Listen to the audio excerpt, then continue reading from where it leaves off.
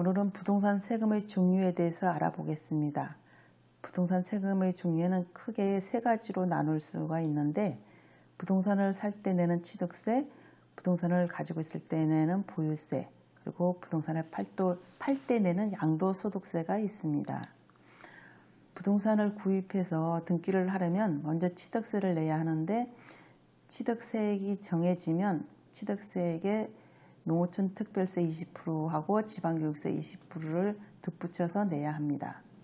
그리고 등기 신청 시에 인지세를 내야 하는데, 인지세는 우표같이 생긴 수입 증지를 말합니다. 그 수입 증지를 구청이나 시청에서 구입해서 취득세 영수증과 같이 납부하시면 됩니다.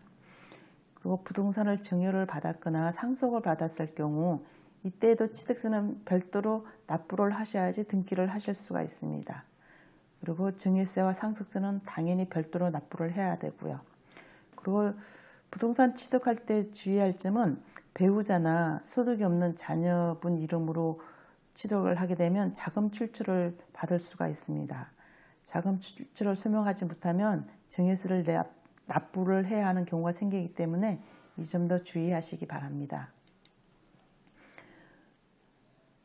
부동산을 사서 가지고 있게 되면 중간중간에 종합토지세, 종합부동산세, 재산세 이런 세금을 내게 되는데, 이런 모든 세금을 통틀어서 보통 보유세라고 부릅니다.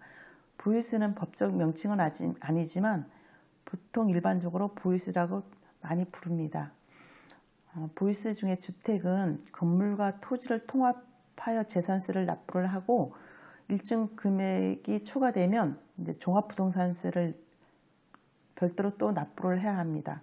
재산세는 지방세이고 종합부동산세는 국세이기 때문에 종합부동산세는 세무서에서 부과를 합니다. 그리고 여기서 일정 기준 금액이라고 말하는 것은 3억 이하에서부터 74억까지 구간별로 금액이 다 별도로 정해져 있습니다. 일반 건물은 재산세만은 불과를 하는데, 그 재산세액은 6월 1일 기준으로 부과를 하고, 그 부과된 금액에 지방교육세 20%와 지역자원시설세가 덧붙여 부과됩니다. 지역자원시설세도 0.1에서 4%대까지 구간별로 다 나눠져 있습니다. 그리고 보유세 중에서 가장 복잡한 게 토지인데, 토지에는 종합합산대상 토지, 별도 합산대상 토지로 나누어지고,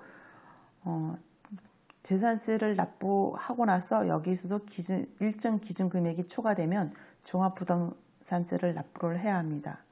여기서 일정 금액 초과는 주택의 일정 기준 금액 초과와 같은 금액입니다.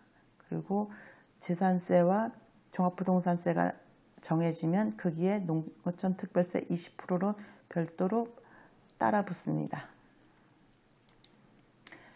그리고 이제 부동산을 가지고 있다가 팔게 되면 양도소득세를 내게 되는데, 양도소득세는 팔 때 금액에서 살 때 금액을 빼고 그 차액에 대해서 세금을 부과를 하게 됩니다.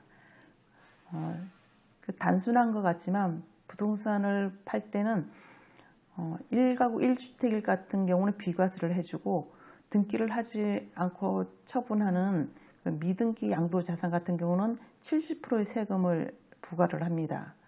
그렇기 때문에 양도소득세 세율도 아주 복잡을 하고, 또 1주택 비과세, 장기보유 특별공제, 임대사업공제, 그리고 혼인으로 인한 비과세, 합가로 인한 비과세 등등 아주 복잡한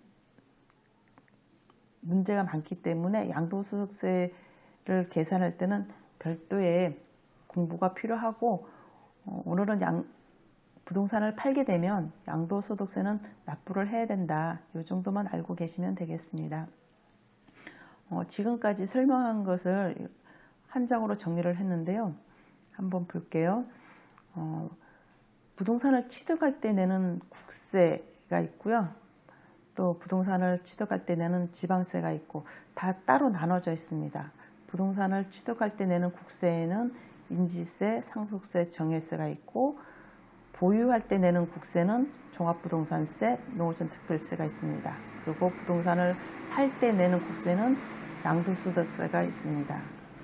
그리고 부동산을 취득할 때 내는 지방세는 취득세가 있고 지방교육세가 있습니다. 여기서 취득세에 따라 붙는 농어촌 특별세와 지방교육세 20%는 지방교육세는 지방세이지만 농어촌 특별세는 국세입니다.